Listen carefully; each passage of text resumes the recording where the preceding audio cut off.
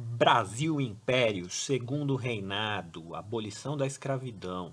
Gente, para a gente falar da abolição da escravidão em 1888, a gente tem que entender o que foi a escravidão. A escravidão é um dos temas mais importantes da história do Brasil, talvez o mais importante. E a escravidão, o fim da escravidão, ela não se encerra em 1888. Ela, na verdade, a escravidão é muito mais do que apenas uma relação de trabalho forçado, horrorosa. Na verdade, ela é uma estrutura mental, ela é uma estrutura psicológica da nossa identidade enquanto brasileiro e ela forma uma visão de mundo, ela forma uma maneira de ler a realidade ao nosso redor, de interpretar os fenômenos sociais. A escravidão, a mentalidade escravocrata, ela define os nossos critérios, os nossos princípios acerca do mundo ao nosso redor, do mundo social ao nosso redor. Ela estabelece padrões, ela estabelece critérios, ela estabelece uma visão de mundo, tá? Que é permeada pela cultura escravocrata. A gente já vai entender melhor um pouco isso. A gente precisa falar da escravidão, que foi um regime, foi essa estrutura mental que vai além da relação de trabalho, ela durou quase 400 anos, né? Então, desde o início da colonização do Brasil, você teve trabalho escravo e principalmente escravidão africana, tá? É claro que os indígenas também foram escravizados, mas a gente vai falar especificamente da escravidão africana. Lembrando o seguinte, tá, gente? Mais de 50% da população brasileira, ela se autodefine como preta ou parda. Então, isso significa que, numericamente, a população brasileira, todo mundo tem um ascendente negro, tá? E então e a população brasileira, tirando qualquer país da África, no Brasil é onde se concentra a maior população negra fora de qualquer país da África, tá? Especialmente cidades como Salvador, né, onde 80% da população é negra, Rio de Janeiro, né, que tem um grande número de negros, e todas as cidades do Brasil, tá? Todas, né, de norte a sul. Então, a presença desses africanos escravizados, ela é muito importante porque ela constitui a nossa base social, tá? Então, vamos entender como é que aconteceu a migração forçada desses povos africanos para cá e como é que se deu as lutas também, né? Porque não foi um sistema de trabalho plenamente aceito, houve muita resistência.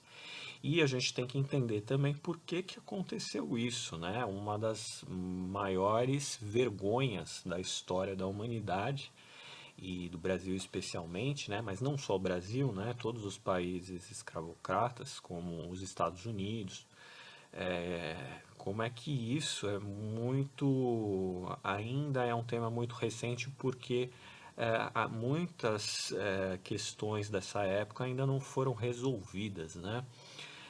Por exemplo, a desigualdade social, o racismo, né? O Brasil é um dos países mais racistas do mundo, né? E é um dos países que mais mata negros, jovens principalmente, né? Jovens negros, que sofrem com a violência, a repressão, também amargam, formam o maior número de pessoas nas prisões, o maior contingente também de desempregados, né? E as condições precárias, né? De acesso aos bens. Tudo isso, essa desigualdade social, ela comete, claro, brancos e negros e pardos, né? Mas de forma desigual, né? E isso tem tudo a ver com a herança da escravidão. Então vamos dar uma olhada no contexto histórico, tá? de como que esse Brasil foi formado, né, a partir dessa matriz cultural aí dos povos africanos, né? Bom, para começar, a gente tem que dizer que foram quase 400 anos, na verdade, né, de escravidão. E boa parte do que a gente vê aí ao nosso redor, né, das riquezas do Brasil, a economia, ela foi erigida no Brasil, ela foi construída no Brasil com mão de obra africana, tá? A gente já viu a montagem do sistema colonial, das plantações de açúcar lá no Nordeste, a extração de ouro lá nas Minas Gerais, depois o cultivo do algodão no Maranhão, o cacau na Bahia e o café aqui no Sudeste, né, que são os grandes chaves da economia brasileira desde o período colonial e no segundo reinado. Quem trabalhava ali, em todos esses ciclos econômicos, é mão de obra africana, tá? Tem indígenas também, mas grosso modo, população de origem africana. E esses caras eram trazidos aí dentro de um esquema comercial que envolvia a Europa, América e África, tá? Vamos dar uma olhada nesse mapa aqui. É importante a gente chamar a atenção. A África, né? Todo mundo já sabe, não é um país, é um continente. E dentro desse imenso continente há vários países. Hoje em dia, se você olhar para o mapa da África, você vai ver vários países, né? Vários. África do Sul, Marrocos, Tunísia, Angola, Argélia, Tunísia, enfim, Congo, né? Vários países. Naquela época, em 1500, existiam várias, a gente não pode falar em países com a divisão que a gente conhece hoje, mas existiam várias nações, né?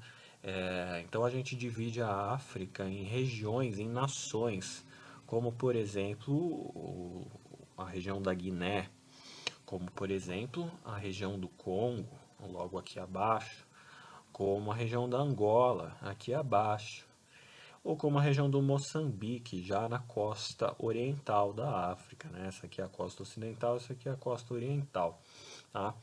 E aqui haviam vários povos, várias nações, né? Se cada um com sua própria língua, cada um com seus próprios costumes, tá? Então, às vezes o cara que estava aqui na Guiné, ele falava uma língua totalmente diferente do que o cara aqui da Angola, né? Dificilmente esses caras conseguiam se comunicar, tinham costumes diferentes, tá? Então não havia uma unidade na África, existiam várias nações, tá? E o que vai acontecer é que quando os portugueses saem explorando os mares aqui do Atlântico, a gente já viu isso, né, em busca das especiarias aqui na Ásia, eles passam a explorar muito a costa da Guiné e depois a costa aqui da Angola, tá? E um dos produtos de troca que eles vão obter aqui vão ser, além de ouro e marfim, vão ser escravos, tá? Então, já havia escravidão dentro da África, tá? Porém, era uma escravidão completamente diferente da escravidão que vai acontecer no Brasil, tá? O escravo dentro dos povos africanos, eles eram prisioneiros de guerra e eles estavam muito longe de formar a base da economia desses povos, tá? No Brasil, não. No Brasil, não há açúcar, não há ouro, não há café sem mão de obra escrava. A economia depende da mão de obra africana. No caso dos povos africanos, não. Esses escravos eram poucos, eles eram apreendidos em guerras e eles tinham as mais diversas funções dentro daquela sociedade. Desde o trabalho braçal mesmo até o cara que poderia ser um marceneiro, um arquiteto, até um professor, tá? Então, e os escravos eles compunham, à medida que eles eram capturados lá na África, eles passavam a fazer parte, meio que fazer parte, muitas vezes se integravam aquelas nações, né, culturalmente. O que vai acontecer no Brasil é completamente distinto, tá? Esses caras vão vir para cá forçados, né? Quando chegarem, né? Porque muitos morrem na viagem. E quando eles chegam aqui, eles se tornam totalmente sem nenhum direito social, tá? Se tornam propriedade, objeto de compra e de venda. E eles vão fazer o trabalho, vão, em um grande número, vão formar a base do regime colonial aqui, tá? Do regime de trabalho das colônias portuguesas. Tá? Então, essa flecha aqui mostra de onde vinham esses africanos escravizados, né? Então, eles vinham de três pontos, principalmente. A Guiné, tá? Que os povos da Guiné, eles aportavam aqui em Salvador, né? Durante a época, principalmente lá do açúcar. Depois você vai ter os povos de Angola e de Moçambique, que vão aportar aqui nos portos de Recife. E lá no século XIX, que é o período que a gente está trabalhando hoje, no Rio de Janeiro. Tá? E você vai ter aqui na costa oriental também os povos de Moçambique que vão aportar em Salvador, tá? Principalmente lá na época do café, do açúcar, desculpe. Tá? Então, são esses três fornecedores aí, digamos, de africanos escravizados. Tá? Em troca, os portugueses, ou os próprios comerciantes luso-brasileiros, né? Eles vão trocar, eles vão obter esses escravos trocando por produtos europeus ou produtos aqui coloniais, né? Como por exemplo, da Europa podia se fornecer armas, por exemplo, né? Porque na Europa tem muito ferro, então lá se fabrica espadas, adagas, armas de pólvora, né? Também, né? Justamente para estimular a guerra entre esses povos aqui e cada vez mais obter escravos, né? E das colônias vinha, por exemplo, açúcar, peles de animais, tá? Então tudo isso era trocado aqui, né? Nos Estados Unidos vai ter, por exemplo, a cachaça também. A cachaça aqui no Brasil também vai ser uma fornecedora de aguardente, né? Para as trocas aqui. Então, vai rolar um triângulo comercial envolvendo a América, África e Europa, tá? Trocas. Então, essa é a lógica econômica por trás aí do comércio de escravos negros, né? E esses escravos, eles eram obtidos aí por um preço na África, por exemplo, 10x, né? E eles chegavam na América e eram repassados para os fazendeiros, né, os senhores do engenho e depois os cafeicultores, por 50x, né? Então, o comerciante de escravos, que normalmente era um luso brasileiro, podia ser português ou podia ser um brasileiro, nascido no Brasil, né? Eles obtinham muito lucro. Então era muito interessante. Ninguém queria acabar com a escravidão, com exceção dos escravizados, é claro, porque era um comércio muito lucrativo tanto para os comerciantes quanto para a coroa portuguesa, que tributava esse comércio. Então a coroa portuguesa, os reis portugueses, eles taxavam esse tráfico de escravos no Atlântico, o que era muito vantajoso para todo mundo, né, com exceção dos escravizados. E aí, você tem o tabaco, aguardente, ouro, marfim, tecidos, né, cavalos, armas, tudo isso servia como moeda de troca. E chegando aqui nos portos brasileiros, esses escravos eram vendidos aqui nos mercados, né, no litoral, e depois eles embarcavam para os interiores, aí para as fazendas do açúcar, ou lá para a região das Minas Gerais para o ouro, ou depois aqui para os cafezais, né? Então, a captura desses escravos, ela vai ser um sistema vigente aí dentro dessa lógica comercial por muitos séculos, tá? Olha, aqui a gente tem uma imagem do transporte desses africanos quando chegavam aqui no Brasil, né?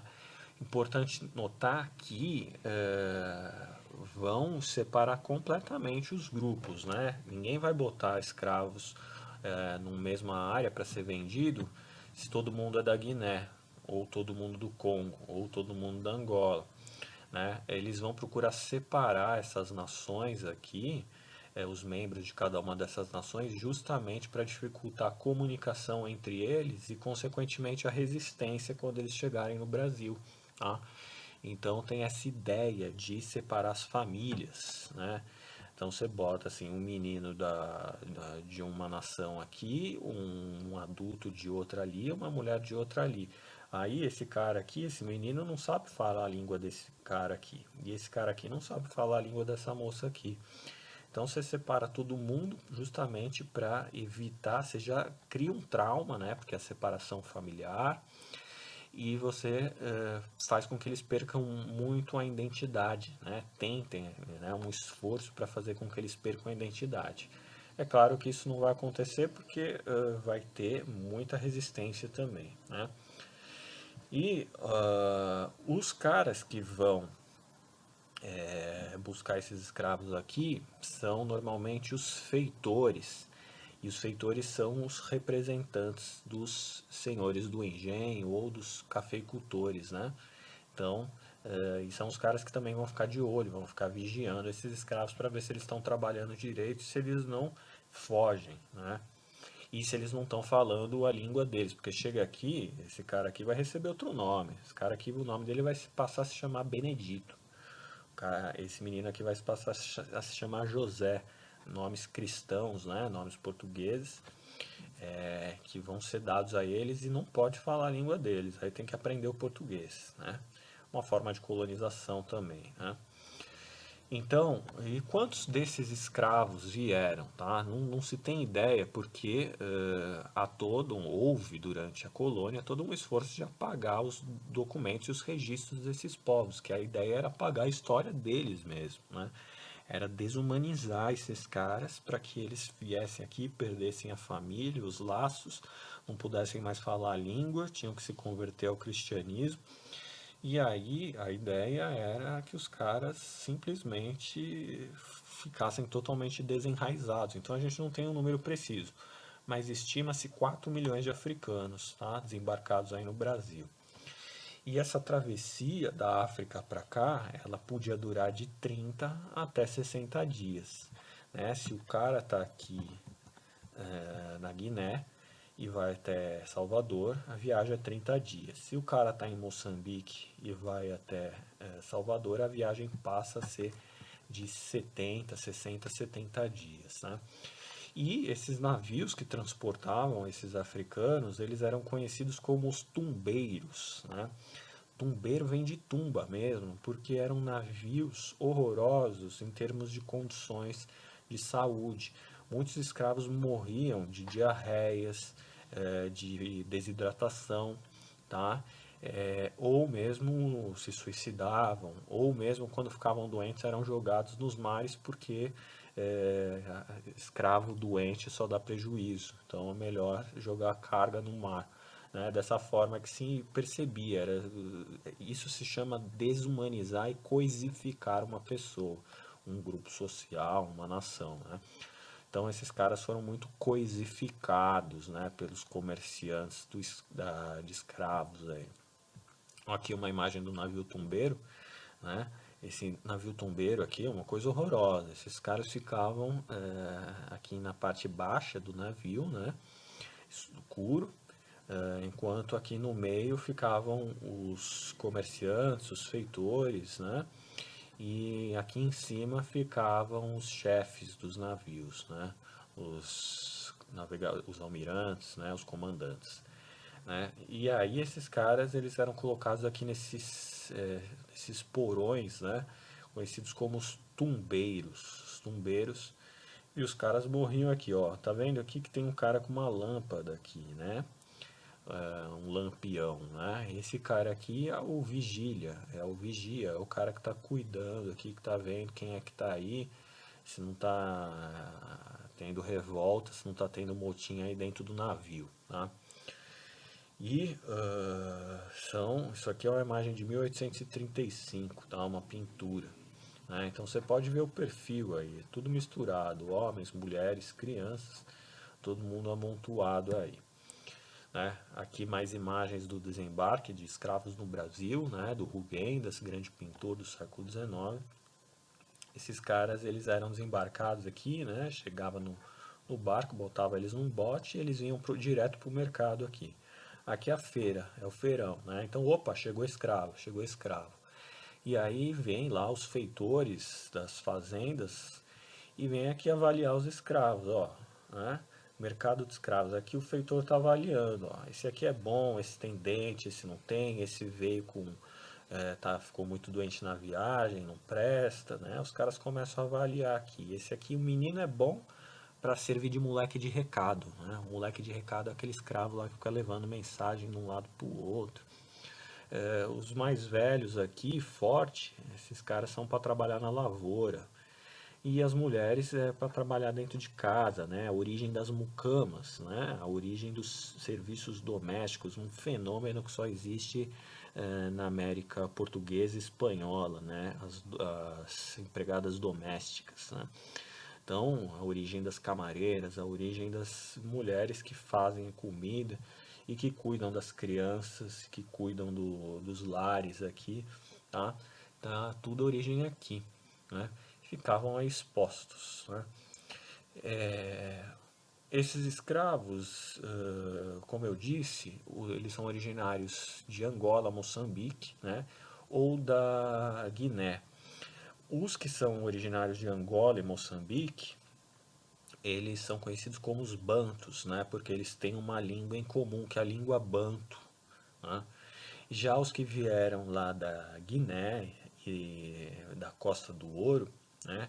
Eles são conhecidos como sudaneses, que têm uma língua, um tronco linguístico e cultural semelhante, tá? Então são os bantos e os sudaneses, né?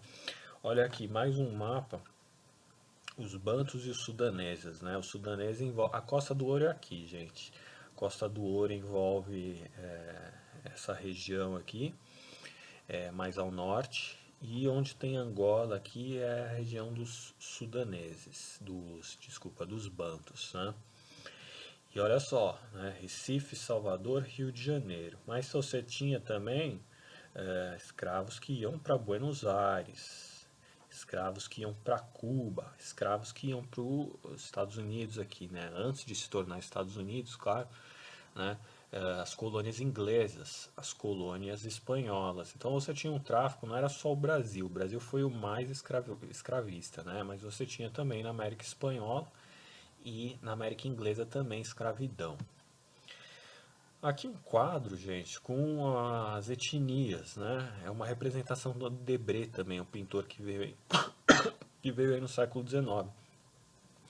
Então ele tem aqui, por exemplo, um retrato dos africanos de Angola, dos africanos do Congo, dos africanos de Benguela, dos africanos da Costa do Ouro, tá? Então, são as várias nações africanas e seus traços mais característicos físicos, né, retratados ali pelo Debré, de homens e mulheres, né? Então também é uma pintura aí muito interessante que mostra um pouco dessa diversidade de povos que vinham para cá, né? Bom, o dia a dia dos escravos, gente, eles moravam nas senzalas, né, que são habitações coletivas, né, dormitórios coletivos, né, feitos de forma muito simples, com sapê e madeira e barro, e não havia divisões, né? As casas, a gente vê hoje, as casas elas apresentam divisões internas, né? Quarto, cozinha, sala. Essas senzalas não tinham nada disso, eram, né, redes no máximo, né? Ou muitas vezes dormindo apenas no chão mesmo, né? E o trabalho vai do início do dia, de segunda a sábado, até o final do dia, né? Até começar a escurecer. Escureceu, todo mundo é recolhido para as senzalas, né? Alimentação à base de mandioca, tá? Mandioca que é produto aqui das Américas mesmo, né? Consumido pelos indígenas. Tá na base da tapioca, do biju, né? A mandioca, é o carboidrato, né? Precisa de muito carboidrato para trabalhar, energia. E esses caras ficavam vigiados constantemente pelos feitores, como eu disse, ou capatazes também, né? Feitor a gente fala muito, assim, o cara da fazenda, né? O cara que representa ali a proteção ao dono da fazenda. E tem a figura do capitão do mato, que é o cara que persegue o escravo quando ele foge, né? Então, como havia muitas rebeliões, fugas, e isso significava prejuízo para o proprietário desse escravo, ele mandava os capitães do mato irem atrás desses escravos para punir eles, aprisionar de volta, né? Capitão do Mato, que é um nome aí, uma figurinha, uma expressão que a gente usa até hoje, né? Para dizer os negros que é, muitas vezes estão atuando mais em favor dos colonizadores do que dos exploradores do que dos explorados, né? Capitão do Mato. Né? Mais uma imagem aqui, né? De captura de escravos, são feitores aqui também capturando escravos. O feitor não necessariamente ele é branco, tá? E não necessariamente ele é vindo da África. Às vezes ele nasceu aqui no Brasil mesmo, na colônia, né? E tá ali buscando um trabalho remunerado, né? Aqui a divisão também Isso aqui se aplica mais aquelas fazendas do açúcar, né? Dos engenhos de açúcar. Onde você tinha a Casa Grande, né? Que é a propriedade do senhor rural, o senhor do engenho. Aqui a cana-de-açúcar, né? Que era a plantação. A senzala, que eram essas habitações coletivas onde esses escravos dormiam, né? E o pelourinho, que era o lugar onde se puniam esses escravos em caso de fuga, em caso de revolta, em caso de motim e desobediência, né? Pelourinho, tá? Que tá na base aí, você vai para Salvador, por exemplo, você vai visitar lá o Pelourinho, né? Onde tem carnaval e tudo mais. É originário, né? O espaço é originário disso aqui, um espaço de punição de escravos no período colonial. Os castigos eram vários, né? Você tinha desde tronco até o bacalhau, até o viramundo e até a gargalheira, né? Cada uma dessas é uma mais criativa do que a outra, né? O tronco é onde os escravos ficavam presos, imobilizados, né?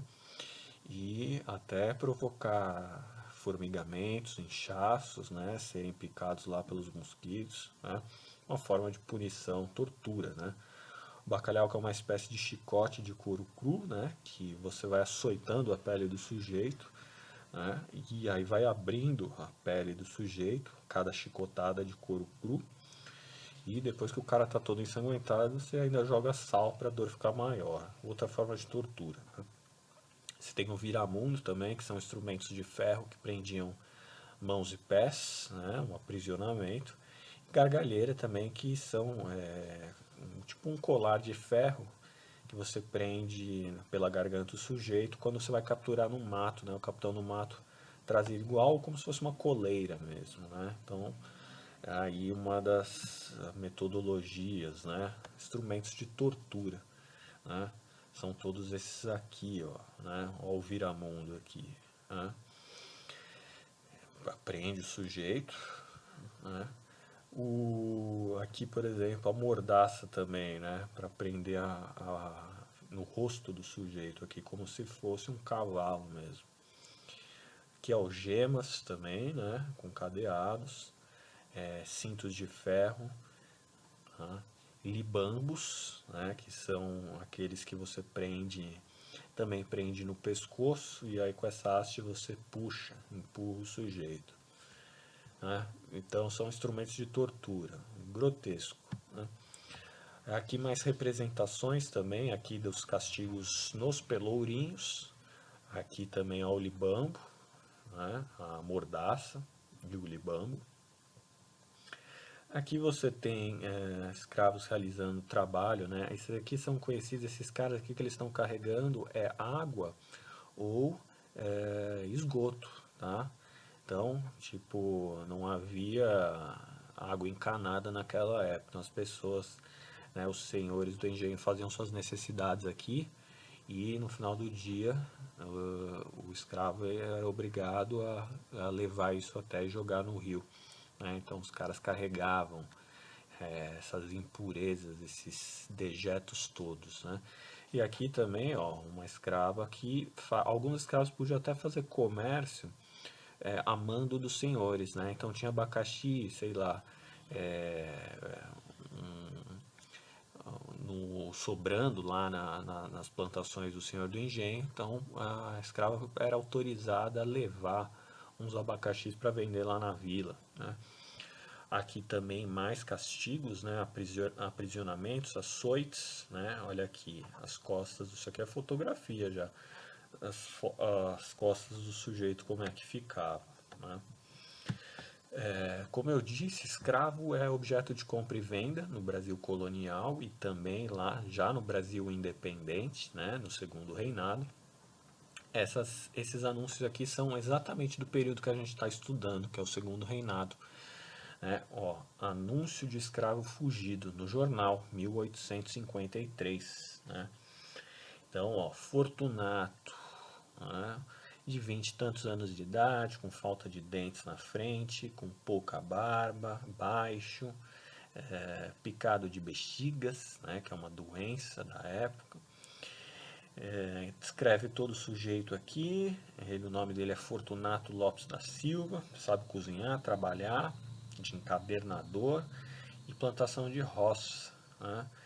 Quem o prender, por favor, entregar a prisão e avisar na corte ao seu senhor Eduardo Lemer.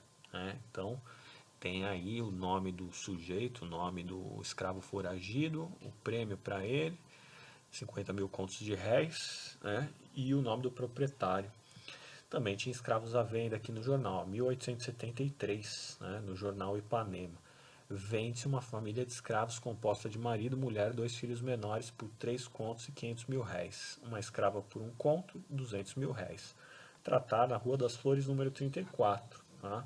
Então, aqui, isso aqui são documentos históricos, tá? Não é ficção. Isso aqui é documento de época. Anúncios de escravos, né? Eram objetos de compra e venda. Né? Eles não tinham direito e autonomia sobre seus próprios corpos. Né? Mais escravos aqui, né? Anúncios, né? Escravos fugidos, José Amâncio, mulato vermelho, bem barbado, de 30 anos, né? Trabalho bem de machado, foice, fala bem, parece tratar bem, parece não tratar caboclo, né? Tem todos os dentes, suas fugidas são sempre para longe, né? Gratifica-se bem quem o prender. Né? Pindamonhangaba, 27 de julho de 1877. Né? Mas anúncios, né? Ama de leite, que é uma escrava que ela tem muito leite no peito para amamentar crianças. Né? Vende-se uma escrava de 22 anos própria para ama de leite e para todo o serviço em que for aplicada, tendo 2 filhos, um de 5 e um de 3 meses de idade. Tratar com Francisco Brás Pereira Gomes na Vargem Grande, ou Manuel José Dias Pereira, nessa cidade de Itajubá. Né? Então, anúncios aí de escravos, ok? Aqui, deixa eu adiantar, gente, mais representações, isso aqui é tudo Rugendas e Debré, tá? São os grandes pintores aí do século XIX, retratando os escravos na vida cotidiana, né? Carregando o seu senhor aqui, né? Nessa rede. Aqui também carregando dejetos, né? Sobre a cabeça. Aqui as mulheres também trabalhando, colhendo folhas, né? Nos coqueirais, nas bananeiras. Aqui comércio e, né, uma sociabilidade aqui entre escravos também. E aqui também, né, mais carregadores, né, de pessoas, né, tudo isso fazia parte do cotidiano. Mais imagens do cotidiano, deixa eu adiantar aqui, senão não vai dar tempo. Resistência, tá? Formas de resistência. Bom, resistência podia ser em forma de fugas para os quilombos. Os quilombos, todo mundo sabe, são espaços onde esses escravos se juntavam, né, para formar laços, falar suas línguas e ter em comum a fuga, né, ter em comum a resistência contra a escravidão. Lá eles desenvolviam uma vida mais livre, né, mais equilibrada, onde cada um trabalhava um pouco e aí todos compartilhavam dos alimentos, da cerâmica, né? Existem quilombos até hoje aí, vocês podem visitar, tem aqui no interior de São Paulo, no litoral. Muitos se suicidavam, tá? Suicídio muitas vezes era uma forma de resistência, né? Uma certa forma de fugir, né? Fugir não é a melhor palavra, mas escapar dessa vida de sofrimento, né? Muitas mulheres provocavam abortos para não terem filhos escravizados. Você tinha também assassinatos de feitores e patrões por parte de escravos amotinados. E você tinha também aqueles que colocavam fogo nos canaviais como uma forma de boicote, né, à produção econômica do sistema colonial e dos proprietários das fazendas, né? E você vai ter também aqueles que quebravam as máquinas do engenho, outra forma de boicote econômico. Tá? Isso aqui serve tanto para o açúcar, mas também vai servir lá para os cafezais do segundo reinado. Né?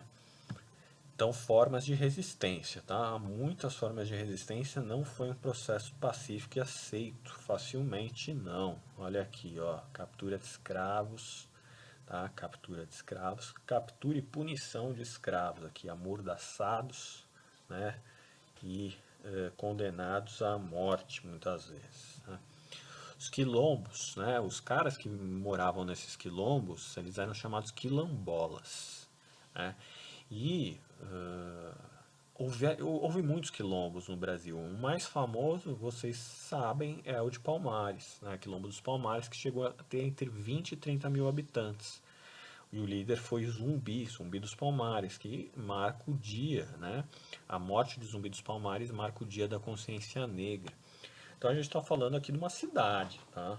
20, 30 mil habitantes é uma cidade. Os quilombos formavam grandes comunidades. Muita gente, tá? Não tava, muita gente optava por essa fuga. E esses caras se armavam também para se proteger, né? Então, os bandeirantes, por exemplo, vão ser caras que vão atacar esses quilombos, né? E esses quilombolas vão revidar. Então você vai ter guerras espalhadas aí pelos interiores do Brasil, né? Lá nesses quilombos cultivava-se milho, feijão, cana-de-açúcar, né? Os produtos que eles já tinham experiência, né?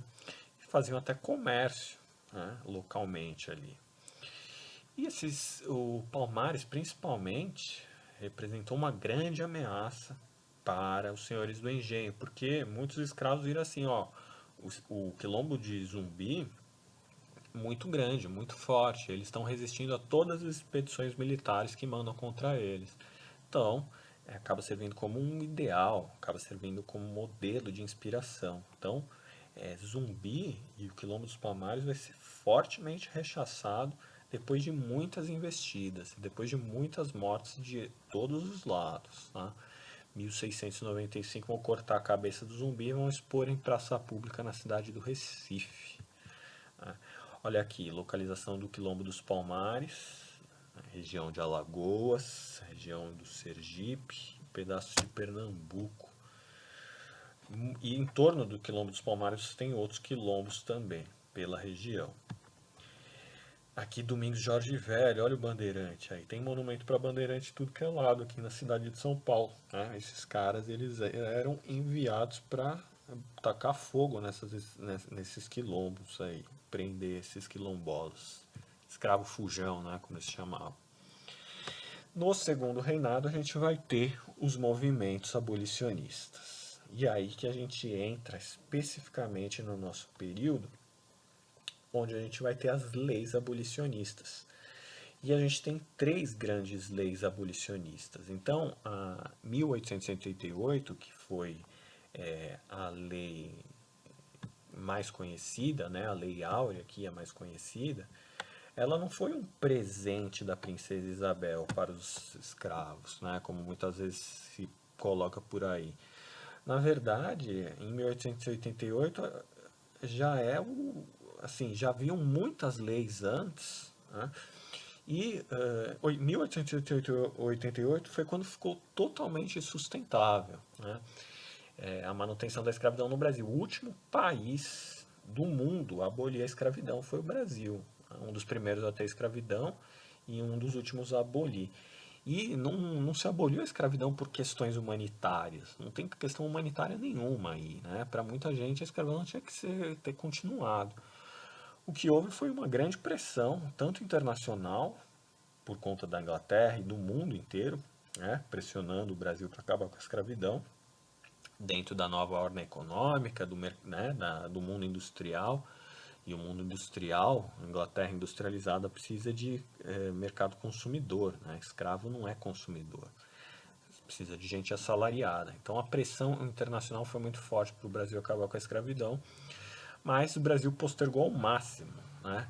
E essas leis todas são leis hipócritas, né? Porque são leis que mostram o quanto houve um esforço das elites brasileiras de perpetuar a escravidão. A Lei Eusébio de Queiroz, de 1850, por exemplo, ela proibiu o tráfico de escravos no Brasil. Na verdade, proibiu o tráfico de escravos para o Brasil, né? Ou seja, não pode mais comprar escravo na África. Pressão da Inglaterra, né? Pressão que vinha desde os tempos do Dom João, mas aqui a lei foi aprovada e aí se os navios ingleses pegassem navios negreiros no Oceano Atlântico, poderiam aprisionar e jogar a carga fora. Então o Brasil ficou esperto depois de 1850. Só que a escravidão dentro da colônia, não, dentro do Brasil, continuou e o tráfico interprovincial permaneceu também, entre regiões, né? A lei do ventre livre, em 1871, essa também é uma lei bastante hipócrita, porque ela determinava que os filhos de escravos, nascidos a partir daquela data, seriam livres, mas somente depois dos 21 anos de idade. Então, as crianças elas continuavam trabalhando até os 21 anos de idade, não eram nada livres. E a gente tem a lei do sexagenário, de 1885, que declarava livre os maiores de 65 anos de idade, né? Ou seja, poucas pessoas chegavam a 65 anos de idade e quando chegavam, elas simplesmente eram descartadas e expulsas das fazendas para não morrerem nas fazendas e morrerem nas vias públicas, né? Então, uma lei perversa, né? E, por fim, a Lei Áurea de 1888, que declara extinta a escravidão no Brasil. Tá? E por muito tempo se comemorou, né, o 13 de maio, data que foi alterada com o Dia da Consciência Negra para 20 de novembro, representando ali, né, o dia da morte de Zumbi. Esse sim é um líder que é representado, né, representativo da resistência do povo negro no Brasil, né? Então, racismo é crime, né? Nos tempos atuais, teoricamente é crime, mas há muito racismo no Brasil, né? Isso não é só através de piadas, isso se mostra nas entrevistas de emprego, no número de jovens negros que são assassinados, nos números dos presídios, nos números do desemprego e nos ataques constantes às comunidades quilombolas, né? Além dos critérios, dos padrões estéticos que são veiculados pelas propagandas, os padrões de beleza, o cabelo liso, os padrões de beleza da mulher e como que esses negros foram, né, durante muito tempo representados nas propagandas, no cinema, na cultura popular, tá?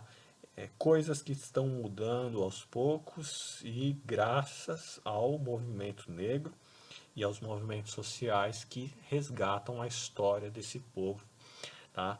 Dos povos africanos, para formar consciência, tá? Consciência e dos problemas que devem ser superados para que o Brasil finalmente consiga, né, ainda está longe, né, mas que consiga se tornar um país mais equilibrado socialmente, ok? Então é isso, gente. Espero que vocês possam refletir muito sobre esse tema aí. Um abração.